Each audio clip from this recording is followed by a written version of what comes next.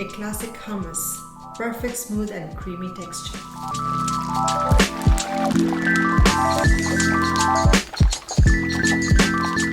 Hey guys, this is Darshi and welcome to my Sugarush kitchen. Today I'm going to show you how to make a classic hummus. So here we have 1 cup of dried chickpeas which we soaked overnight. We added a little bit of baking soda in it to just soften the chickpeas. They're a little bit soft but not very soft, so we're gonna further boil them to soften them completely. So here we go. We're gonna add baking soda and salt.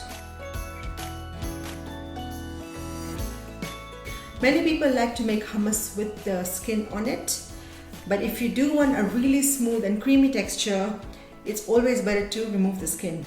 All you need to do is just add some cold water, and if your chickpeas are boiled well, the skin will automatically come out. You can see the skins are easily coming off. Now add the ingredients to the food processor. Add 1 cup chickpeas, add a 1/4 cup tahini paste, 3 tablespoons of olive oil, add 3 cloves of garlic, 1 freshly squeezed lemon, some salt to taste, and a 1/4 teaspoon cumin powder.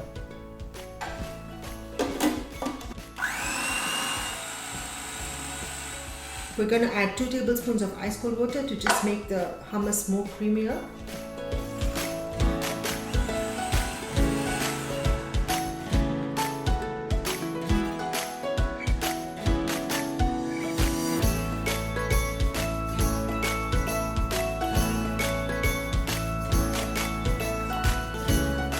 A classic hummus, such a healthy dip, such a versatile dip. You can enjoy this with pitas or burritos or wraps.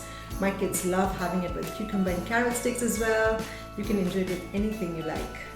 Thank you for watching. Looking forward to your experience on this recipe in the comment section. Please like, share and subscribe for more.